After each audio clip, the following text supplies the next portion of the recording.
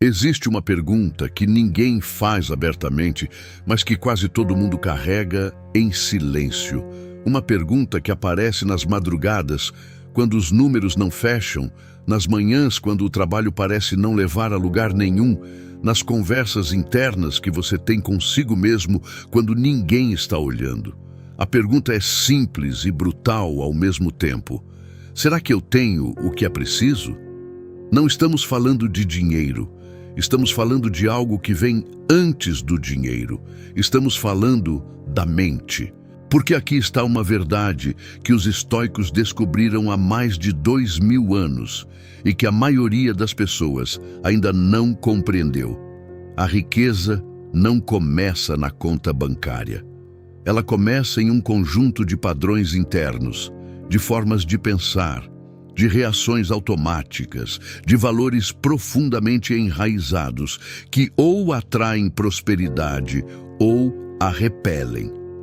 E esses padrões podem existir em você muito antes de o dinheiro aparecer, ou podem estar ausentes mesmo em quem já ganhou fortunas. Marco Aurélio governou o maior império do mundo conhecido e deixou escrito nas suas meditações algo que choca pela simplicidade. A riqueza de um homem não está no que ele possui, mas no que ele é capaz de dispensar. Ele não estava falando de generosidade. Estava falando de liberdade interior, da capacidade de não ser controlado pelo que você tem ou pelo que não tem. E essa liberdade, ele sabia, é uma construção da mente, não da fortuna. Sêneca, que acumulou uma das maiores fortunas de Roma e ainda assim passou parte da vida estudando a natureza da prosperidade real, escreveu: "Aprenda a contentar-se com sua condição e não compare sua vida com a de ninguém."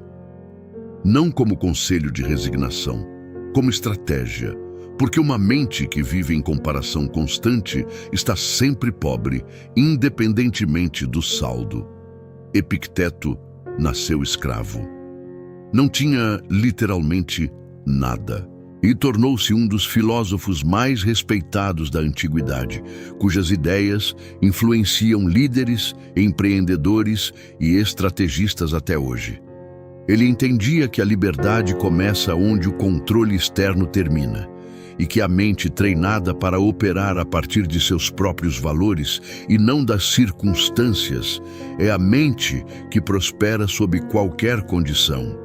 O que esses três homens tinham em comum não era a riqueza material. Era um conjunto de marcas internas, padrões de pensamento, formas de reagir ao mundo, sinais que, quando presentes, indicam que a mente está pronta para receber, sustentar e expandir a prosperidade. Hoje vou compartilhar com você 10 desses sinais. Não são teorias, são diagnósticos. Enquanto ouvir cada um, observe honestamente se ele está presente na sua vida, porque reconhecer onde você já está é tão poderoso quanto saber onde ainda precisa chegar. Antes de começarmos, aperta o botão de curtir agora. Isso me diz que você está pronto para olhar para dentro com honestidade. Escreve nos comentários: "Minha mente já está pronta." E compartilha esse vídeo com alguém que precisa ouvir isso hoje. Se inscreve no canal para mais sabedoria estoica aplicada à vida real. Número 1. Você para de gastar energia com o que não pode controlar. Este é o primeiro e mais fundamental sinal. E é também o mais difícil de desenvolver, porque vai contra um instinto profundo do ser humano, o instinto de controlar o ambiente para se sentir seguro. A maioria das pessoas gasta entre 60% e 80% da sua energia mental em coisas que estão completamente fora do seu alcance. A opinião dos outros, o comportamento de colegas, parceiros, concorrentes, as flutuações do mercado, as decisões do governo, o tempo que vai fazer no fim de semana. E nessa tentativa de controlar o incontrolável, esgotam exatamente o recurso que precisariam para construir algo real. Epicteto chamou isso de a divisão fundamental da vida humana. Ele a descreve no começo do Enchiridion, o seu manual de filosofia prática.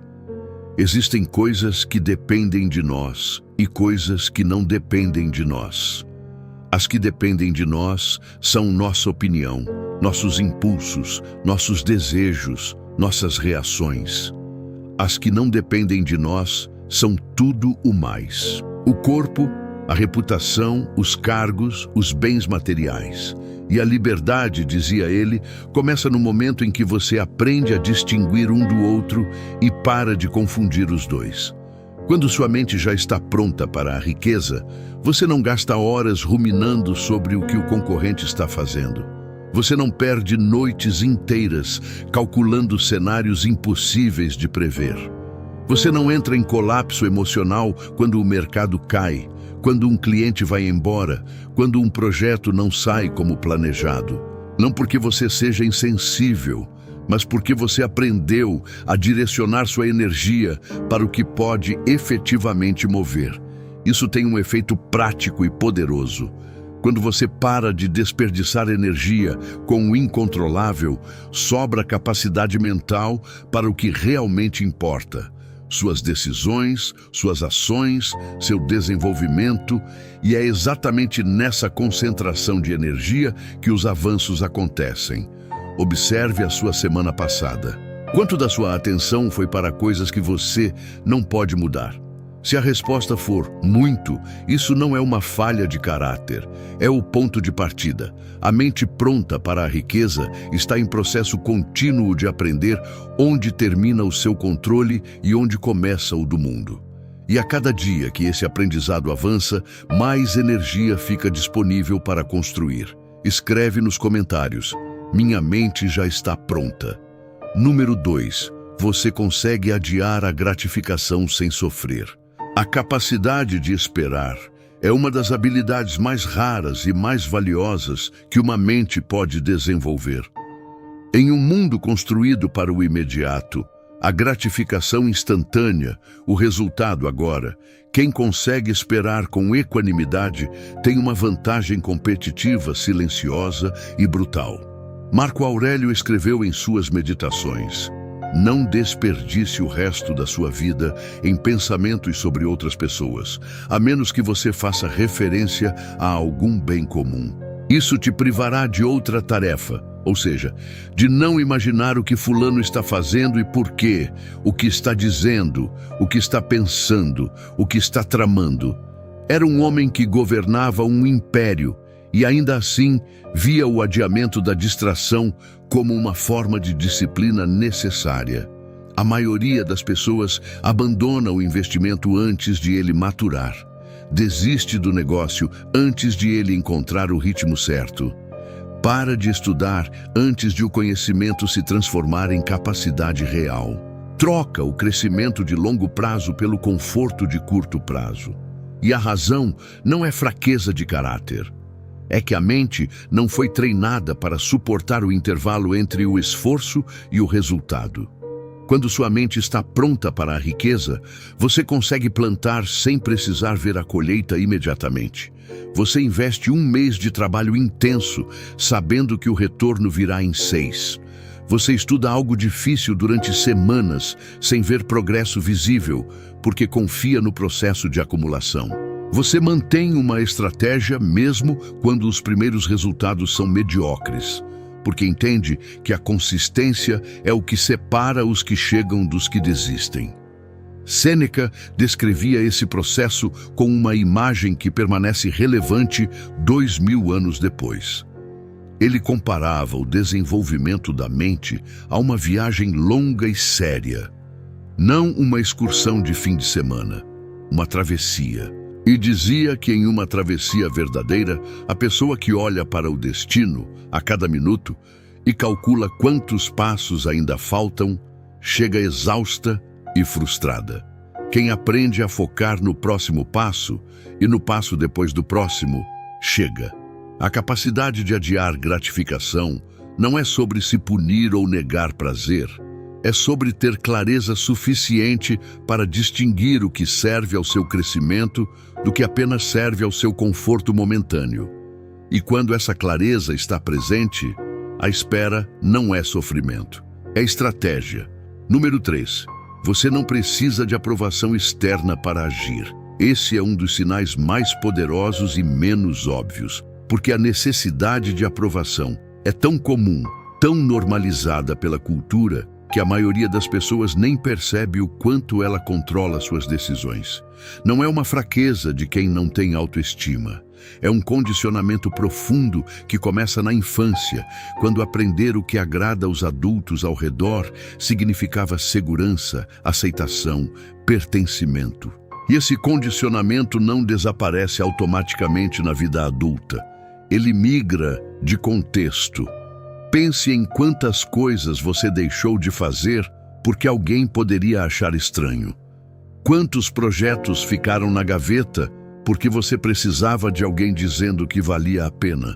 Quantas decisões foram adiadas porque você esperava um sinal externo de que estava no caminho certo? Quantas conversas nunca aconteceram porque você não sabia como seriam recebidas? A necessidade de aprovação é, em essência, terceirizar o comando da sua própria vida para pessoas que, na maioria das vezes, nem estão pensando em você. Epicteto era direto ao ponto nessa questão. Ele ensinava que o desejo de ser aprovado pelos outros é uma forma de escravidão tão real quanto as correntes físicas que ele mesmo havia carregado. E que a liberdade genuína começa quando a pessoa aprende a agir segundo seus próprios valores, independentemente da plateia. Não porque os outros não importam, mas porque quando você age para agradar, você age para um alvo que nunca para de se mover. O que agrada hoje, desagrada amanhã. O que um aprova, outro critica. E você nunca chega. Isso não significa arrogância. Não significa ignorar feedbacks ou rejeitar conselhos. Significa que a fonte da sua ação não é o que os outros vão pensar. É o que você avaliou como correto, como necessário, como alinhado com o que você quer construir. A opinião alheia entra como dado, não como veredicto. Você ouve, pondera, decide. O processo termina em você, não neles. Quando sua mente está pronta para a riqueza, você consegue começar algo sem anunciar para ninguém. Você consegue errar sem entrar em colapso de vergonha. Você consegue mudar de direção sem precisar justificar para cada pessoa ao seu redor. Você age, avalia, ajusta, age de novo. E o motor de tudo isso é interno, não externo. Essa autonomia não é fria nem solitária. É a base sobre a qual qualquer parceria, qualquer colaboração genuína pode acontecer, porque você não está pedindo que o outro te sustente. Você está escolhendo compartilhar o que já está de pé. Marco Aurélio reforçava esse ponto repetidamente nas meditações. Ele escrevia para si mesmo porque não precisava de audiência para pensar com clareza. Governava decisões enormes, sem precisar que o povo romano aplaudisse cada escolha. E distinguia com cuidado o que era a consciência de si mesmo do que era a reputação perante os outros. A primeira ele cultivava com rigor. A segunda aceitava como consequência, não como objetivo. A diferença entre os dois, ele entendia, é a diferença entre integridade e performance.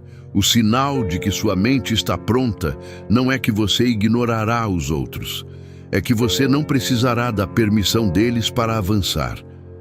Número 4. Você vê oportunidade onde a maioria vê obstáculo. Não estamos falando de otimismo ingênuo. Não estamos falando daquela positividade performática que ignora problemas reais e finge que tudo está ótimo quando não está. Estamos falando de uma forma específica de processar a realidade que é treinável, que os estoicos praticavam deliberadamente e que tem efeitos diretos e mensuráveis sobre a capacidade de construir riqueza. Os estoicos chamavam isso de amor fati, o amor pelo destino. Não no sentido de aceitar passivamente o que acontece, no sentido de enxergar em cada circunstância, incluindo as adversas, um material com o qual trabalhar. A diferença é enorme. Aceitar passivamente é resignação. Ver o material de trabalho é estratégia ativa. Marco Aurélio, que governou Roma durante uma série de crises que incluíam guerras, pragas e corrupção interna, escreveu algo que resume com precisão esse princípio. O obstáculo para a ação avança a ação. O que está no caminho se torna o caminho. Ele não estava sendo poético. Estava descrevendo a sua metodologia real de governo. Cada problema era analisado como um dado, não como um veredicto.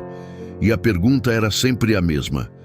Dado que isso está acontecendo, o que posso fazer com isso? A maioria das pessoas processa a adversidade de uma única forma, como evidência de que o objetivo é impossível. A mente pronta para a riqueza processa a adversidade de uma forma diferente, como informação. O mercado mudou? Informação. O parceiro saiu? Informação.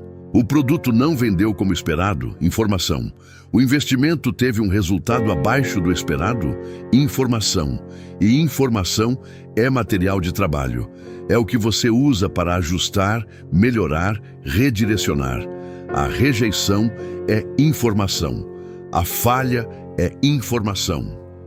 O silêncio de um cliente é informação. Tudo pode ser lido como dado, e quem lê dados, bem, toma decisões melhores. Sêneca escrevia que a diferença entre o sábio e o tolo não está nas circunstâncias que cada um enfrenta. Está no que cada um faz com essas circunstâncias. O tolo espera que o caminho seja liso para caminhar. O sábio aprende a caminhar em qualquer terreno. Mais do que isso, o sábio aprende que os terrenos mais difíceis são frequentemente os que ensinam mais, os que desenvolvem músculos que o terreno liso nunca exigiria. Esse sinal é especialmente relevante para quem está construindo riqueza a partir do zero. Porque construir a partir do zero significa enfrentar uma quantidade desproporcional de obstáculos, rejeições, falhas, recursos limitados, tempo limitado, credibilidade zero no começo. Quem vê isso como prova de que não vai funcionar para antes de começar? Quem vê isso como o terreno normal do jogo, avança. E em algum momento, após o avanço suficiente, olha para trás e percebe que os maiores obstáculos foram os maiores professores. Escreva nos comentários. Minha mente já está pronta. De número 5. Você tem clareza sobre o que o dinheiro é e o que ele não é.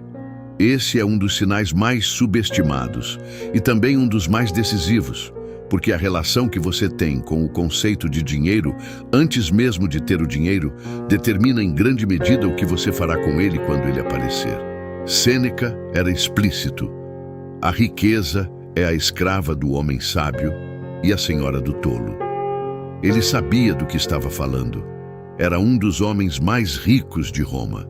E via ao redor dele, diariamente, pessoas que possuíam fortunas e eram possuídas por elas, que trabalhavam com medo de perder, gastavam com ansiedade de aparentar, investiam com pânico de errar. O dinheiro governava cada decisão não porque estivesse presente, mas porque o medo da sua ausência era o motor de tudo. A mente pronta para a riqueza entende que o dinheiro é um instrumento, não um fim, não uma identidade, não uma prova de valor pessoal. É uma ferramenta que amplifica o que você já é. Se você é disciplinado, o dinheiro amplifica sua disciplina. Se você é ansioso e reativo, o dinheiro amplifica sua ansiedade e reatividade. Por isso, trabalhar a relação com o dinheiro antes de tê-lo é tão importante quanto qualquer estratégia financeira. A clareza sobre o que o dinheiro é e o que ele não é tem efeitos práticos imediatos. Você para de tomar decisões financeiras com base em emoção. Você para de comprar por impulso para aliviar a ansiedade. Você para de evitar oportunidades por medo de parecer ambicioso demais. Você para de se sabotar quando começa a ganhar porque inconscientemente acredita que não merece. Porque quando o dinheiro é uma ferramenta e não uma ameaça, você consegue usá-lo com precisão. Epicteto, que nunca teve dinheiro no sentido convencional, entendia isso com clareza.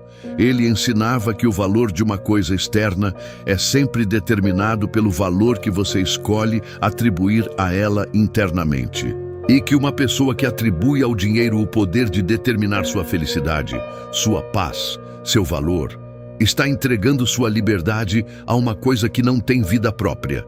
Quando você consegue olhar para o dinheiro com neutralidade, como olharia para um martelo ou um mapa, algo fundamental muda. Você começa a pensar sobre ele com clareza, e clareza é o começo de toda estratégia eficaz. Número 6. Você aprende com quem chegou antes de você, sem inveja e sem cópia cega. A capacidade de aprender de forma útil com outras pessoas é uma habilidade raramente discutida, mas que separa de forma consistente quem avança de quem estagna. E ela envolve dois erros opostos a evitar: a inveja, que bloqueia o aprendizado, e a cópia cega, que o distorce. A inveja funciona como um filtro que transforma informação útil em veneno emocional. Quando você vê alguém que chegou onde você quer chegar e a reação é ressentimento, o que acontece? Você fecha. Você para de observar com precisão o que essa pessoa faz, como pensa, quais escolhas tomou. Porque olhar com honestidade para o sucesso alheio quando a emoção dominante é a inveja é doloroso demais.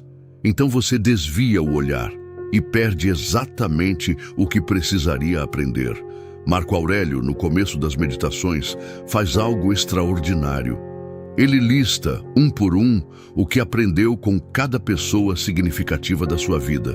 O pai, os professores, os filósofos, os generais. E o tom não é nunca de comparação ou competição.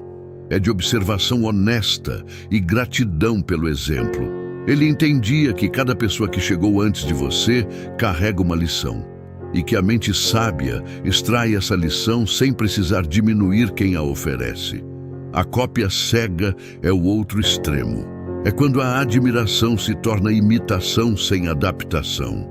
Quando você tenta reproduzir exatamente o que outra pessoa fez, no mesmo contexto, com os mesmos passos, ignorando as diferenças de circunstância, de habilidade, de momento. A cópia cega raramente funciona e, quando falha, gera uma conclusão errada. A de que o método não presta, quando na realidade o método foi mal aplicado. Sêneca escreveu sobre isso com precisão. Imite, mas imite para superar, não para repetir. A diferença é sutil, mas decisiva. Imitar para repetir é tentar ser outra pessoa. Imitar para superar é usar o exemplo de outra pessoa como ponto de partida para desenvolver o seu próprio caminho. Quando sua mente está pronta para a riqueza, você consegue olhar para pessoas que chegaram onde você quer chegar com curiosidade e abertura. Você faz perguntas, você observa padrões, você testa o que faz sentido para a sua realidade. E você aprende sem precisar que a outra pessoa seja perfeita ou que o seu caminho seja idêntico ao dela. Número 7. Você age mesmo com informação incompleta. Esse é um dos sinais que mais separa os que constroem riqueza dos que apenas planejam construí-la. A paralisia por análise é um dos obstáculos mais sofisticados que existe, exatamente porque se disfarça de prudência. Ela se veste de responsabilidade, de cuidado, de seriedade. E por isso é especialmente difícil de identificar e confrontar. A mente que ainda não está pronta espera. Espera ter certeza suficiente. Espera o momento certo. Espera mais um dado, mais um estudo, mais uma opinião especializada, mais uma confirmação de que o risco é aceitável. E na espera, as oportunidades passam. O mercado muda. O momento que parecia perfeito se fecha. E a confiança, que só se desenvolve com ação repetida, permanece ausente, porque confiança não é um estado que você alcança antes de agir. É um estado que você constrói ao agir. Os estoicos entendiam que a certeza total nunca chega. Marco Aurélio governava com informação sempre parcial. Guerras com desfechos imprevisíveis, epidemias sem tratamento conhecido, crises políticas sem precedente claro, adversários cuja lógica ele nunca poderia compreender completamente. E ainda assim agia. Com a melhor informação disponível no momento, com princípios claros como bússola, com disposição para ajustar quando novos dados chegassem. Não era impulsividade. Era a aceitação de que a incerteza é a condição normal da vida, não uma exceção. Epicteto era direto. Não adie viver. Não estava falando de impulsividade. Estava falando da diferença entre reflexão útil e postergação disfarçada de reflexão.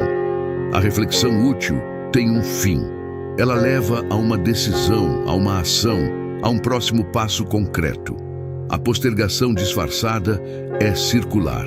Você pensa, questiona, pesquisa, duvida, pensa de novo, busca mais uma opinião, duvida da opinião que recebeu, pensa de novo, sem nunca sair do lugar. O ciclo tem aparência de trabalho, mas não produz movimento. Sêneca observava que muitos homens de sua época morriam preparados para viver. Haviam passado a vida inteira se preparando para o momento em que as condições seriam ideais. E esse momento nunca chegou, porque condições ideais são uma fantasia. As condições reais são sempre imperfeitas. E é nessas condições imperfeitas que tudo o que vale a pena é construído. Quando sua mente está pronta para a riqueza, você desenvolve o que poderíamos chamar de conforto com a ambiguidade. Você aceita que agir com 70% de certeza é muitas vezes mais eficaz do que esperar pelos 100% que nunca virão. Você age, você observa o resultado, você aprende, você age melhor na próxima vez. E é nesse ciclo de ação, observação e ajuste que o progresso real acontece. Cada iteração te aproxima mais do alvo do que qualquer quantidade de planejamento sem execução. Isso não é imprudência, é a compreensão de que o risco de não agir é tão real quanto o risco de agir errado, e que na maioria dos contextos, a ação imperfeita no momento certo supera o plano perfeito que nunca sai do papel. Escreve nos comentários: minha mente já está pronta. Número 8. Você trata o fracasso como dado, não como identidade. A forma como uma mente processa o fracasso é talvez o indicador mais preciso de sua capacidade de construir riqueza ao longo do tempo. Não porque o fracasso seja inevitável em termos absolutos, mas porque o caminho para qualquer resultado significativo passa por um número proporcional de tentativas que não funcionaram. Quem tem medo de falhar, evita tentar. Quem evita tentar, nunca desenvolve o que só a tentativa ensina. A maioria das pessoas tem uma relação com o fracasso que torna o aprendizado impossível. Quando algo não funciona, a conclusão é sobre elas mesmas. Eu não sou bom nisso. Isso não é para mim. Eu nunca consigo. Sabia que não ia funcionar. O fracasso se torna evidência de uma deficiência pessoal permanente, e deficiências pessoais permanentes não são corrigíveis. Então, o comportamento natural é parar de tentar, ou tentar com tão pouco empenho que a falha seja justificável, ou não tentar de verdade nunca, para que o fracasso nunca seja real. Sêneca escrevia com frequência sobre a relação entre erro e aprendizado. Para ele, o erro era inevitável em qualquer processo de crescimento real. A questão não era se você erraria, mas o que faria com o erro depois. Erra quem cometeu o erro e não mudou. Essa frase encapsula a visão estoica com precisão. O problema não é o erro, é a recusa em aprender com ele. A mente treinada filosoficamente, dizia ele, aprende a usar o erro como informação, não como sentença. Marco Aurélio perdeu batalhas, tomou decisões que se mostraram erradas, liderou em situações onde não havia resposta certa disponível, onde qualquer caminho tinha custos. E em nenhum momento de suas meditações ele usa esses erros como prova de que era um líder inadequado. Ele os analisa, extrai o que for possível extrair e segue, sem drama excessivo, sem autopunição que consuma a energia que deveria ir para o próximo passo, com a frieza compassiva de quem entende que o erro já aconteceu e que o único movimento útil agora é aprender e avançar. Epicteto ia além. Ele ensinava que o fracasso processado corretamente não apenas não diminui a pessoa, ele a fortalece. Porque cada tentativa que não funcionou, quando analisada com honestidade, revela algo sobre o que você ainda não sabia, sobre uma habilidade que ainda não tinha, sobre uma suposição que estava errada. E essa revelação é um ativo. É algo que você tem agora que não tinha antes do fracasso. Nenhum sucesso fácil teria ensinado isso. Quando sua mente está pronta para a riqueza, você consegue olhar para uma tentativa que não funcionou e fazer as perguntas certas. O que aconteceu? Por quê? O que eu poderia ter feito diferente? O que isso me ensina sobre o próximo passo? O que eu sei agora que não sabia antes? Essas perguntas são produtivas. Elas transformam o fracasso em combustível. A diferença não é que pessoas bem-sucedidas falham menos. É que elas processam o fracasso de forma diferente, mais rápido, com menos dramaticidade, com mais objetividade. E essa diferença no processamento acumula, ao longo do tempo, uma vantagem enorme. Cada fracasso processado como dado se torna um ativo. Cada fracasso processado como identidade se torna um peso que vai crescendo. Número 9. Você protege sua atenção como protegeria um recurso escasso. Estamos em uma era onde a atenção é o recurso mais disputado do planeta. Cada aplicativo, cada plataforma, cada notificação foi projetado por equipes de engenheiros e psicólogos para sequestrar a sua atenção e mantê-la capturada o maior tempo possível. E a maioria das pessoas perde essa batalha todos os dias, sem perceber que está sendo travada. A atenção é o pré-requisito de tudo. Sem atenção concentrada, não há pensamento profundo. Sem pensamento profundo, não há estratégia.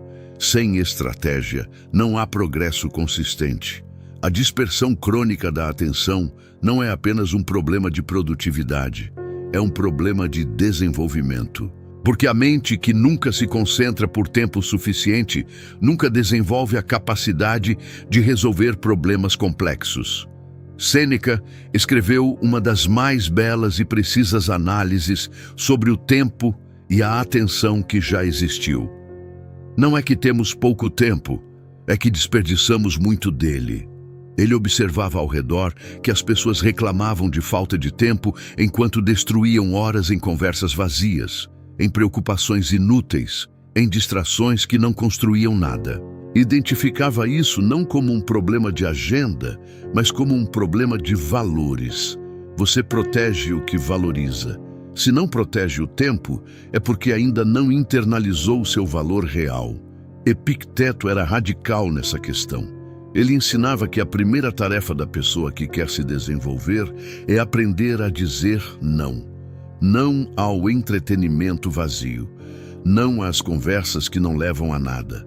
Não às obrigações sociais que existem apenas por inércia. Não como hostilidade, como discernimento. Quando sua mente está pronta para a riqueza, você começa a tratar a sua atenção como o recurso mais valioso que possui. Você escolhe com mais cuidado o que merece essa atenção. Você cria períodos de concentração protegida, onde o trabalho mais importante acontece sem interrupção. Você avalia o custo real de cada distração, não em minutos perdidos, mas em capacidade cognitiva fragmentada, que leva muito mais tempo para se reconstituir do que a distração durou. Isso não é ascetismo, é estratégia. A mente concentrada tem uma potência que a mente dispersa nunca alcança. E é nessa potência que residem os avanços que parecem impossíveis de fora. Número 10. Você age a partir de valores, não de circunstâncias. Este é o sinal mais profundo de todos e o mais difícil de desenvolver. Mas quando está presente, é o que garante a estabilidade de todo o resto. A maioria das pessoas toma decisões em resposta ao que está acontecendo. O mercado caiu, então você vende com pânico. A oportunidade apareceu, então você age com euforia. O concorrente lançou algo novo, então você muda de estratégia por ansiedade. O comportamento é determinado pela circunstância. E circunstâncias são, por definição, imprevisíveis e incontroláveis. Os estoicos propunham um fundamento diferente para a ação. Não as circunstâncias como motor, mas os valores. O que você considera certo, o que está alinhado com a pessoa que quer ser, o que serve ao seu propósito de longo prazo. Esses valores são estáveis quando as circunstâncias não são. E uma ação fundamentada em valores estáveis produz resultados mais consistentes do que uma ação reativa ao que o mundo está fazendo naquele momento. Marco Aurélio enfrentou durante seu reinado circunstâncias que teriam justificado qualquer desvio de princípios. Guerras que exigiam brutalidade, crises que criavam pressão por soluções rápidas e antiéticas, tentações de poder que corromperam quase todos ao redor dele. E em cada situação, ele voltava aos seus valores como referência, não porque fosse fácil, mas porque havia decidido, de antemão, o tipo de pessoa que queria ser. E essa decisão prévia tornava as decisões difíceis mais simples. Sêneca descrevia essa ancoragem nos valores como a única forma real de liberdade disponível ao ser humano. Porque as circunstâncias vão mudar. Sempre. O que você controla é o que usa como bússola. E quem usa valores como bússola não perde o norte quando a tempestade chega. Quando sua mente está pronta para a riqueza, você tem clareza sobre o que é negociável e o que não é. Sobre o que você fará e o que não fará, independentemente do quanto custe. Sobre quais princípios orientam suas decisões financeiras, profissionais e pessoais. Essa clareza não limita sua flexibilidade. Ela cria a estabilidade sobre a qual a flexibilidade se torna possível sem se tornar caos. Escreva nos comentários: minha mente já está pronta. Chegamos ao final. E agora quero que você faça algo antes de fechar esse vídeo. Quero que você olhe honestamente para os 10 sinais que discutimos e avalie onde está. O primeiro sinal: você para de gastar energia com o incontrolável. O segundo: você adia a gratificação sem sofrer. O terceiro: você não precisa de aprovação externa para agir. O quarto: você vê oportunidade onde outros veem obstáculo. O quinto: você tem clareza sobre o que o dinheiro é e o que ele não é. O sexto: você aprende com quem chegou antes sem inveja e sem cópia cega. O sétimo: você age com informação incompleta. O oitavo: você trata o fracasso como dado, não como identidade. O nono: você protege sua atenção como um recurso escasso. O 10º: você age a partir de valores, não de circunstâncias. A maioria das pessoas que chegou até aqui vai perceber que já possui vários desses sinais. Talvez 6, talvez 7, talvez 8. E isso importa, porque significa que a base está mais sólida do que você imaginava quando começou a assistir. O estoicismo nunca prometeu um caminho sem atrito. Sêneca, Marco Aurélio e Epicteto viveram em épocas de guerra, escravidão, epidemia e colapso político. E em cada uma dessas condições, desenvolveram e transmitiram uma filosofia que dizia: O mundo externo vai ser o que for. O que você constrói internamente é o que vai determinar quem você se torna. Riqueza, no sentido mais profundo que os estoicos compreendiam, não é um número em uma conta. É a capacidade de criar valor consistentemente, de tomar decisões claras sob pressão, de permanecer íntegro quando as circunstâncias empurram na direção oposta, de manter o curso quando o resultado ainda não apareceu. Sua mente já está mais pronta do que você pensa. O que fica entre você e a prosperidade que quer construir não é talento que falta. É o desenvolvimento consistente dos padrões que discutimos hoje. Curte esse vídeo agora se algum dos 10 sinais te tocou. Compartilha com alguém que está duvidando de si mesmo nesse momento. Escreve nos comentários qual dos 10 sinais você já reconhece em você e qual você sente que ainda precisa desenvolver mais. Essa conversa, esse diagnóstico honesto, já é parte do processo. E se inscreve no canal. Porque o que estamos construindo aqui é exatamente isso. Uma comunidade de pessoas que entendem que o trabalho mais importante começa dentro. Até o próximo. Permaneça estoico e permaneça construindo.